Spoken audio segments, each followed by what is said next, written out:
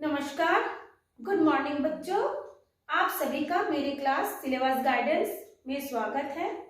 आज हम क्लास 11 का टॉपिक लेके आए हैं। हमारा टॉपिक है सेकंड यूनिट का कक्ष और कक्षक में अंतर, या फिर आप बोल सकते हैं कक्ष क्या है या कक्षक किसे कहते हैं, उसके बारे में हमारी विस्तृत जानकारी। तो हम दोनों को एक साथ कंपेयर करके पढ़ा रहे हैं ताकि हमारी जो डाउट है वो पूरी तरह से क्लियर हो जाता है। चलिए हम लोग शुरू करते हैं।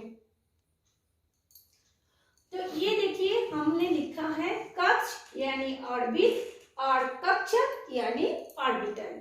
तो कक्ष किसे कहते हैं? हमारा ये पढ़ाई जो है फर्स्ट चैप्टर में भी हम पढ़े हैं इलेक्ट्रॉन और नाभिक को लेके। जब वो क्लियर हो गया है तो ये भी हमारा 1 by 1 क्लियर हो जाएगा। कक्ष किसे कहते हैं? इलेक्ट्रॉन नाभिक के चारों ओर वृत्ताकार पथ में रोटेट करता है, घूमता है, जिसे कक्ष कहते हैं। इसको हम कैसे समझेंगे? मान लीजिए हमारा सन है, सूरज है, उसके चारों ओर जितने भी प्लैनेट घूमते हैं वो इलेक्ट्रॉन है ना। तो उस इलेक्ट्रॉन को हम, सूरज को हम नाभिक मान ले और प्लैनेट को हम इलेक्ट्रॉन मान ले। जिस तरह से प्लैनेट सूरज के चारों ओर रोटेट करते हैं, घूमते हैं, उसी तरह से इलेक्ट्रॉन भी नाभिक के चारों ओर एक वृत्ताकार पथ में घूमते हैं। अच्छा, ये मैंने लिखा है वृत्ताकार पथ। वृत्ताकार का मतलब हम सब जानते हैं वृत्त के आकार का, पथ मतलब रास्ता, लेकिन एक्चुअल में ऐसा कोई पथ होता ही नहीं है। तो हम उसको मान लिए हैं। कैसे मान लिए हैं? मान लीजिए ये हमारा नाभिक है ना। नाभिक को हम प्लस से दिखाते हैं। तो नाभिक के चारों ओर ये जो इलेक्ट्रॉन रोटेट हो रहा है ना, उसको क्या करते हैं, यहाँ से मतलब नाभिक से इलेक्ट्रॉनों की एक निश्चित दूरी पर जाके वो उसके चारों ओर चक्कर लगाते हैं। ये जो दूरी है, मान लीजिए इस स्थिति में इलेक्ट्रॉन है, इस नाभिक से इसकी दूरी जितनी होगी, यहाँ से भी उतने, यहाँ से भी उतने, वहां से भी उतने, वहां से भी उतने। तो एक निश्चित दूरी बना करके इलेक्ट्रॉन नाभिक के चारों ओर घूमते हैं, चक्कर लगाते हैं, और हम लोग मान लेते हैं कि वो एक वृत्ताकार पथ पे घूम रहे हैं, है ना। तो ये जो निश्चित दूरी पर जो वृत्ताकार पथ में घूमना, उसी को हम लोग मान लिए हैं कि वृत्ताकार रास्ता या वृत्ताकार पथ। तो इलेक्ट्रॉन नाभिक के चारों ओर वृत्ताकार पथ में घूमते हैं, जिससे हम लोग क्या कहते हैं? कक्ष कहते हैं, या कभी कभी इसको कक्षा भी कहा जाता है। तो ये जो कक्षा होता है, कई कक्षा होते हैं जिसको हम लोग, ये देखिए हमने लिखा है जो नाभिक के पास वाला जो इलेक्ट्रॉन जहाँ पे घूमते हैं उसको हम लोग के, उसके बाद वाला एल, उसके बाद वाला एम, उसके बाद वाला N, K L M N O P ऐसे करके बढ़ते जाता है।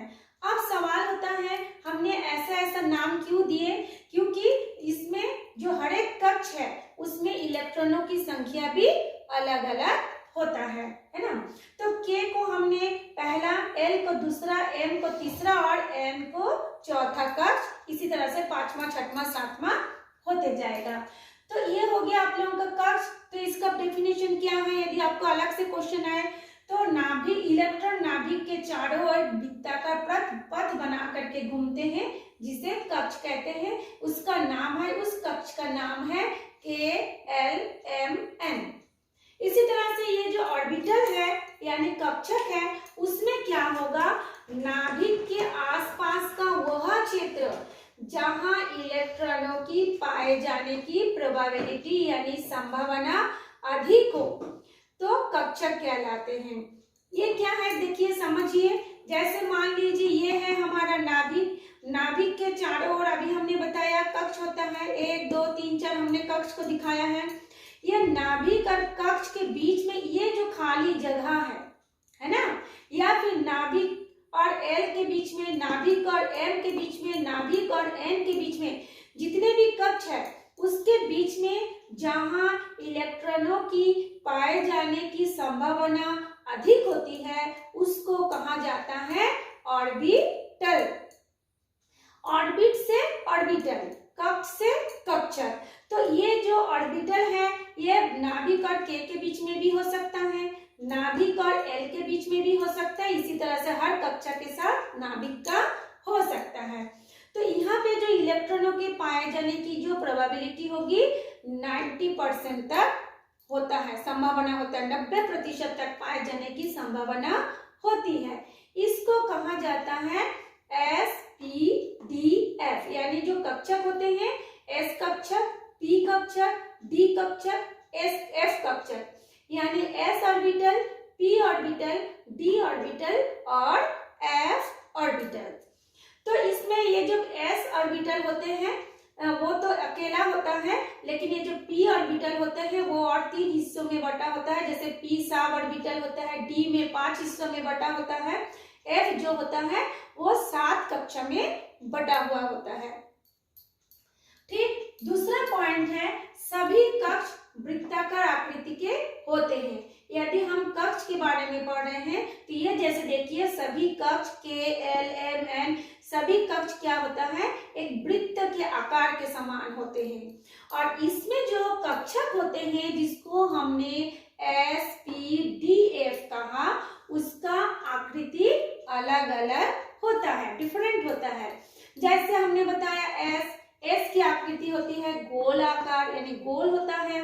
P की होता है डंबल शेप।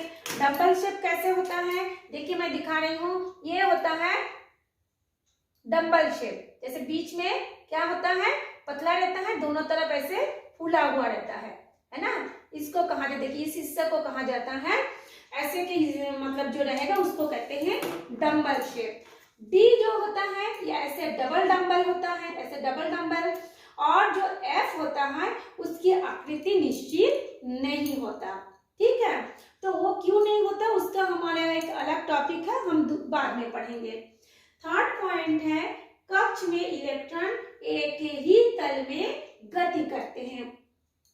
इसका मतलब क्या है, जैसे मान लीजिए ये है हमारा नाभिक है ना, ये नाभिक के चारों ओर जो इलेक्ट्रॉन जो होगा उसके एक ही तल में ऐसे ऐसे ऐसे ऐसे वो घूमते रहता है। जैसे ये मान लीजिए नाभिक है, नाभिक के तल में एक ही तल में वो ऐसे ऐसे घूम रहा है। चाहे आप इसका एक हिस्सा लीजिए तो यहाँ पर भी ऐसे ऐसे एक ही तल में वो घूमेगा। चाहे ऊपर लीजिए, यह नहीं कि कभी घूमते घूमते नीचे आ गया, कभी दाहिने से बाएं आ गया। अगर वो एक दाहिने से बाएं जा रहा है तो उसी हिस्से में घूमेगा, ऊपर से नीचे आ रहा है तो वैसे ही घूमेगा, है ना, तो उसकी दिशा नहीं बदलेगी। इसको कहा जाता है कि कक्ष में इलेक्ट्रॉन एक ही तल में गति करते हैं। लेकिन जो कक्षक होते हैं उसमें इलेक्ट्रॉन नाभिक के चारों ओर त्रिविमीय गति करते हैं। जैसे ये नाभिक है, नाभिक के चारों ओर त्रिविमीय गति करते हैं। अब ये त्रिविमीय क्या है, ये बच्चे घबरा जाते हैं। त्रिविमीय का मतलब होता है 3 डायमेंशन। अब ये 3 डायमेंशन क्या है, ये देखिए मैंने बताया है 3 एक्सिस, 3 अक्ष, एक्स एक्सिस, वाई एक्सिस, ये जेड एक्सिस, इसको कहा जाता है 3 डायमेंशन। चलिए मैं आपको एक बुक से समझा रही हूँ। जैसे मान लीजिए ये आप लोगों का बुक है, देखिए ये आप लोगों का बुक है ना। इस बुक में देखिए एक एक्सिस ऐसे यहाँ से इस पॉइंट से हम मानते हैं एक एक्सिस जो है ऊपर की ओर चला गया है, एक एक्सिस जो है इधर चला गया है, और ये देखिए नीचे में ये नीचे तरफ एक एक्सिस आया है। तो इसको बोलते हैं त्रिविमीय, माने तीनों दिशाओं में, इस पॉइंट से वो तीनों दिशाओं में वो जा रहा है। ये एक पॉइंट है, इस पॉइंट से जब ये तीनों दिशाओं में जा रहा है इसको कहा जाता है त्रिविमीय, 3 डायमेंशन या फिर 3 अक्ष, है ना। तो ये हो गया आप लोगों का 3 डायमेंशन यानी त्रिविमीय होता है। ठीक, उसके बाद होता है कक्ष दिशात्मक नहीं होते, जो मैं अभी बताई हूँ कि वो एक ही तल में गति करते हैं, उसकी दिशा दिशात्मक नहीं होते। एस परमाणु कक्षक को छोड़कर सभी परमाणु दिशात्मक होते हैं। चलिए हम इसके बारे में थोड़ा डिटेल्स में जानते हैं कि ये दिशात्मक क्या होता है।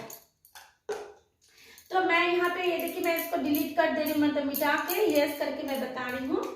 जैसे मान लीजिए कोई एक गाड़ी या इलेक्ट्रॉन यहाँ से सामने की ओर जा रहा है, तो ये हो गया उसकी दिशा। क्या दिशा बोलेंगे कि वो सामने की ओर जा रहा है। ये हो गई इसकी दिशा। लेकिन यदि कोई इलेक्ट्रॉन ऐसे गोल गोल इस जगह से घूम के यहाँ से ऐसे ऐसे होते हुए फिर इसी जगह में आ रहा है, तो इसमें कोई दिशा निर्दिष्ट नहीं है, क्योंकि इसका एक ही, इसको हम बोलेंगे एक ही तल में वो चक्कर लगाते, इसकी कोई दिशा निर्दिष्ट नहीं है। जैसे हम लोग जानते हैं कोई वस्तु यहाँ से यहाँ जाता है तो उसका क्या होता है, विस्थापन हुआ, फिर यहाँ से यहाँ आया, उसकी दिशा बदल गई, पहले सामने जा रहा था अब नीचे आ रहा है, अब क्या आ रहा है, बाएं तरफ लेफ्ट में आ रहा है, अब उसकी दिशा क्या हो गई, ऊपर की ओर हो गई। लेकिन जब ये एक चक्र बना लेता है ना, चाहे वो चौकोर चक्र बनाए चाहे वो वृत्ताकार चक्र बनाए, जब वो उसका कोई निश्चित सीमा नहीं रहता है ना, तो उसको हम जैसे यहाँ पे देखिए एक छोर से दूसरी छोर जा रहा है, तो यहाँ पे एक छोर यहाँ पे एक छोर बन रहा है। लेकिन जब ये चक्र ऐसे रहता है तो उसका कोई ना शुरुआत है ना कोई अंत है, इसलिए उसको हम लोग क्या बोलते हैं कि इलेक्ट्रॉनों जब यहाँ से यहाँ, यहाँ से यहाँ, यहाँ से यहाँ आता है, तब हम बोलेंगे इलेक्ट्रॉनों का विस्थापन हो रहा है। क्या हो रहा है, विस्थापन हो रहा है, परंतु उसकी दिशा क्या है हम नहीं बता सकते, क्योंकि योग तो कोई निर्दिष्ट दिशा में जा ही नहीं रहा है, वो इस जगह से शुरू होकर फिर इसी जगह में आके रुक गया है, फिर यहाँ से ऐसे शुरू कर रहा है, रुक रहा है। इसलिए हम बोलेंगे कि S परमाणु कक्षक को छोड़कर सभी परमाणु दिशात्मक होते हैं, लेकिन जो कक्ष होता है वो दिशात्मक नहीं होते, क्योंकि वो एक हमेशा वृत्ताकार पथ में घूमते रहते हैं। अब आप बोलेंगे कि S परमाणु क्यों छोड़ देंगे, वो क्यों नहीं दिशात्मक है, क्योंकि हमने पहले ही बताया है S जो कक्षक होते हैं वो गोलाकार होते हैं, तो जब वो गोलाकार होगा तो सेम वो कक्ष की जैसा ही इलेक्ट्रॉन उसमें ऐसे चक्कर लगाएगा, ऐसे चक्कर लगाएगा, है ना, जिसके कारण उसकी कोई दिशा नहीं होगी, है ना। लेकिन जब मान लीजिए ये P में होगा, P में हमने बताया ये डंबल शेप होता है, D में क्या होता है, ये डबल डंबल शेप होता है ना, तो वो क्या होता है, या तो ऐसे होके ऐसे जाएगा या फिर इसको हम बोलते हैं ऐसे होके ऐसे होगा, तो इसको दिशा हो रहा है ना, निर्दिष्ट दिशा हो रहा है कि एरो देखिए इधर जा रहा है या एरो देखिए ऊपर नीचे जा रहा है, इसलिए S कक्षक को छोड़कर बाकी सभी क्या होगा, दिशात्मक होता है। नेक्स्ट पॉइंट पे हम आते हैं, किसी कक्ष में इलेक्ट्रॉनों की अधिकतम संख्या 2n² होते हैं। चलिए अब हम लोग इसके बारे में थोड़ा सा समझते हैं, ये क्या बोलते हैं, इसको मैं डिटेल्स कर दे रही हूँ सारी चीजों को। हाँ, ये देखिए ये कहा गया किसी भी कक्ष में इलेक्ट्रॉनों की अधिकतम संख्या कितनी होती है, 2n²। इसका मतलब क्या है, इसका मतलब ये देखिए जैसे मैंने बताया ये हो गया नाभिक, नाभिक के चारों ओर ऐसे कक्ष बना हुआ है, K L M N ऐसे बना हुआ है, उसको हम बोलेंगे 1 2 3 4 संख्या में हम लोग ऐसे बोलेंगे। अब आपको पूछा जाएगा कि बताओ पहले कक्षक में कितने इलेक्ट्रॉन होते हैं, है ना, नाभिक के पहले कक्षक में कितने इलेक्ट्रॉन होते हैं, तो हमको इस फॉर्मूला से उसको निकालना पड़ेगा। तो फॉर्मूला क्या है, इसमें हमने देखा है फॉर्मूला है 2n²। तो चलिए हम पहले कक्षक के लिए इसकी संख्या निकालते हैं। तो 2n का बीच में कुछ नहीं है, मतलब देखिए 2 और n के बीच में कुछ नहीं है, चिन्ह नहीं है, यानी वो गुना का चिन्ह होता है। हाँ, और गुना का चिन्ह को ऐसे थोड़ा सा छोटा सा डॉटेड से बताया जाता है। तो 2 × n² यानी 2 गुना पहले कक्षक के लिए लेंगे जिसका नाम k है, पहले कक्षक का नाम क्या है, k है, लेकिन पहला है मतलब 1 है, तो 1 के घात 1 से हम लोग 2 ऊपर घातांक 2 लिखेंगे। तो 2 × 1 का घातांक 2, क्यों 2 हुआ, क्योंकि यहाँ पे सूत्र है n²। n क्या है, नंबर ऑफ कक्ष, कक्ष का संख्या या number of orbit, n = number of orbit यानी ऑर्बिट की संख्या। देखिए ऑर्बिट का नाम अलग है, ऑर्बिट का संख्या अलग है। तो देखिए हमने गुना करेंगे तो 2 × 1 को 1 का घात है 2, यानी 1 को हम लोगों को ऐसे 1 गुना 1 2 बार लिखना पड़ेगा। तो 2 एकम 2, फिर 2 एकम 2। तो अगर पूछा जाए कि पहली कक्षक में जिसका नाम K है कितने इलेक्ट्रॉन होंगे, तो इस कक्षक में होगा 2 इलेक्ट्रॉन। ठीक है, नेक्स्ट है L कक्षक में कितने इलेक्ट्रॉन होंगे, तो फिर हम वैसे ही फॉर्मूला लगाएंगे 2n², यानी 2 गुना n के जगह में हम अभी कौन सा संख्या लिखेंगे, 2। तो 2 का घात कितना हो गया, 2। तो 2 गुना ये 2 को घात यहाँ पे कितना है, 2 है, यानी इसको 2 बार लिखेंगे 2 को। 2 गुना 2 गुना 2, यानी 2 दूनी 4, 4 दूनी क्या हो गया, 8 हो गया। ठीक है, 2 दूनी 4, 4 दूनी 8 हो गया। फिर देखिए हम लोग इसको मिटा दे रही हूँ, थर्ड के लिए मैं बना रही हूँ। थर्ड बोलेंगे, थर्ड कक्षक यानी एम कक्षक में कितने इलेक्ट्रॉन होंगे, तब हम लोग वही फॉर्मूला लिखाएंगे 2n², यानी 2 गुना n की जगह में अब हम लोग कौन सा कक्षक का नंबर लिखेंगे, तीसरा कक्षक यानी थर्ड। थर्ड का घातांक कितना है, एक्सपोनेंट कितना है, 2, यानी 2 गुना 3 गुना 3, 3 दूनी 6, 6 या 18। फिर चौथा के लिए हो जाएगा 2 गुना 4 का घातांक 2, यानी 2 गुना 4 गुना 4 इक्वल टू कितना हो गया, 4 2 जा 8, 8 4 जा 32, यानी इसमें हो जाएगा 2, इसमें हो जाएगा 8, इसमें ये देखिए, तो K के लिए देखिए मैं यहाँ पे लिखता हूँ, K के लिए 2, L के लिए 8, M के लिए 18 और N के लिए 32। अच्छा, कुछ बच्चे क्या करते हैं, ये जो m² है ना, कुछ बच्चे क्या करते हैं, ये जो m² के बदले में हमने जैसे 3 का घातांक 2 लिखे हैं, तो उसको क्या करते हैं, 3 दूनी 6 कर लेते हैं, 6 करके फिर इस 2 से गुना कर देते हैं, तो 12 होता है उत्तर, जो कि गलत होता है।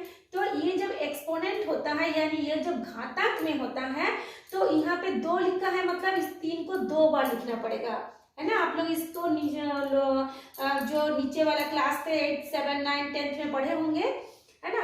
अगर यहाँ पे 3 लिखा होगा, यानी 3 का घातांक यदि 3 हो, तो 3 को हमको ऐसे 3 बार लिखना पड़ेगा, 3 बार इसको गुना करना पड़ेगा, यानी 3 3 जा 9, 9 3 जा 27। तो ये था आज आप लोगों का कक्ष और कक्षक में अंतर। कक्ष क्या है हमने आपने समझ लिए होंगे, कक्षक क्या है वो भी आप समझ गए होंगे। तो यदि आपको समझ में आ गया है तो आप एक लाइक कर दीजिए, कमेंट्स में बता दीजिए कि हाँ समझ में आ गया है। और इससे रिलेटेड कोई भी अगर क्वेश्चन आपको पूछना हो तो आप कमेंट्स करके भी पूछ सकते हैं। तो थैंक्स फॉर वॉचिंग मी।